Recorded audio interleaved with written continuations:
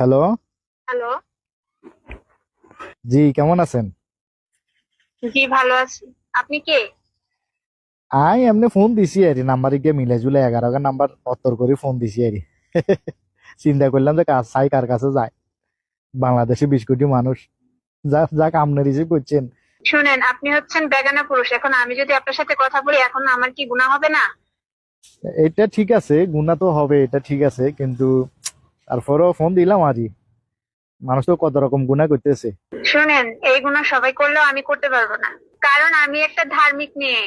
আমার আম্মা নামাজ পড়ে, আমার আব্বা নামাজ পড়ে, আমার ভাই নামাজ পড়ে, আমার বোন নামাজ পড়ে, আমার নানা নানি দাদা দাদি নামাজ পড়ে গেছে।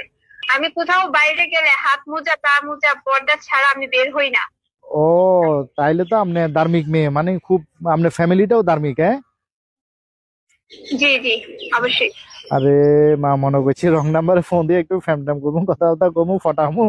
অন দিয়ে যে একেবারে আমনে একেবারে মানে ফদ্দাশীল মাইয়ের কাছে চলে গেছে, একটা বুজুর্গের কাছে চলে গেছে কল। যাক শুনেন, হ্যালো।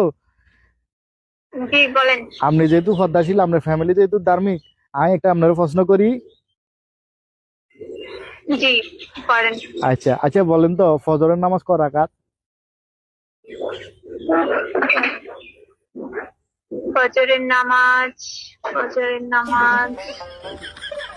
আসলে ভাইয়া, আমি তো সকালে ঘুম থেকে উঠতে উঠতে 10টা 11টা বেজে যায়। ওই জন্য ফজরের নামাজ কত রাকাত বলতে পারতেছি না শিওর করে। আচ্ছা, আপনি এই ফদ্দাশীল, এই ধার্মিক, হ্যাঁ? ফজরের নামাজ ক রাকাত হিন কইতেন হারেন না, আর আপনি ধার্মিক মাইয়া, ধার্মিক ফ্যামিলি। আচ্ছা। আয়া, হ্যালো। জি, বলেন ভাইয়া। তাইলে একটা কথা বলি, হ্যাঁ? জি। আপনার খালি মরণ বাকি, বুঝছেন না? আপনি মরার পরে সালসালা জান্নাতে চলে যাবেন। আপনারা কেউ আটকাইতে পারতো না, বুঝছেন না? ফদ্দা মারানি।